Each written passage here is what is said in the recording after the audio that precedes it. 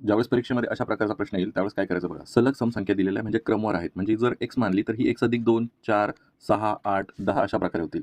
मग आता जर तुमच्या कन्सेप्ट क्लिअर असतील तर सरासरी बघा बरोबर ह्या 3 संख्या इकडून सोडायच्या, 3 संख्या इकडून सोडायच्या. बरोबर तुमची मधली संख्या ही काय असते तुमची सरासरी असते. म्हणजे x+5. x+5 ही काय झाली तुमची सरासरी झाली.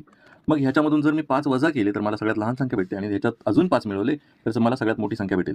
पण सरासरी दिलेली x+5 मग 150 जी बेरीज आहे ह्याला जर एकूण संख्या म्हणजे 6 ने भाग दिला तर ती तुमची सरासरी येते जी की 25 आहे. आता गणितामध्ये त्या पुढील संख्या म्हटलेलं आहे म्हणून ह्याच्यामध्ये 5 मिळवल्या तर सगळ्यात मोठी संख्या भेटते आपल्याला x+10. मग ह्याच्यात सुद्धा 5 मिळवा जी किती येणार आहे 30. मग आता ह्याच्या पुढील तुम्हाला 3 संख्या शोधायच्या आहे 32, 34 आणि 36 या सलग सरासरी समसंख्या आहेत. जर तुम्ही यांची बेरीज केली तरी 102 येणार आहे किंवा यांची जर तुम्ही सरासरी काढली तर ती 34 याला गुणीला 3 आहे म्हणून 102 दोन्ही साईडला 102 येईल. असेच कन्सेप्ट आपण 59च्या मंथली मेंबरशिपमध्ये घेतलेले आहेत आणि जर तुम्हाला काही डाऊट्स असतील तर आपल्या टेलिग्राम ग्रुप आहेच आहे. धन्यवाद.